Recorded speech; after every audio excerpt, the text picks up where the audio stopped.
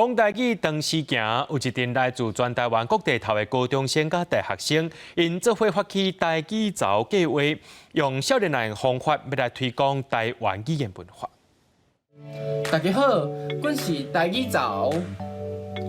影片真简单，无厉害特效，少年人对观众小解Me Too事件，嘴讲的是台语。对阮这辈的人来讲，台语是一个老岁仔在讲。阿公阿嬷咧讲的语言，所以阮想要用 IG、FB 甲大家讲，台语其实嘛是在足时尚的，开始台语嘛是在讲潮流的。考生号是108课纲第1届学生，台语潮本地只是因2年前的自主学习计划，后来刷吸引真侪有同款想法的学生加入。团队目前有100外个来自无同所在、无同科系高中生加大学生，伫 FB 加 IG 顶悬甲大家讲台语，用台语文讨论少年人的话题加社会当咧发生的新闻。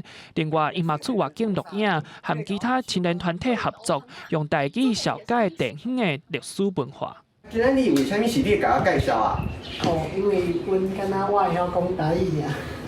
你看起来有一点仔紧张呢。哦，无啦。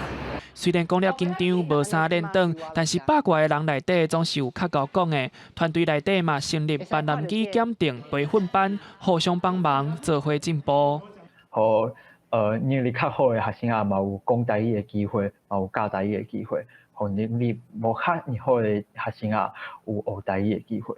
成立伫疫情时代，台语潮一直以线顶为主，不过因按算伫明年举办实体营队活动，互国小甲国中生参加，做伙伫浸水式的语言环境当中，甲母语捡倒来。记者林思豪、谢桂林综合报道。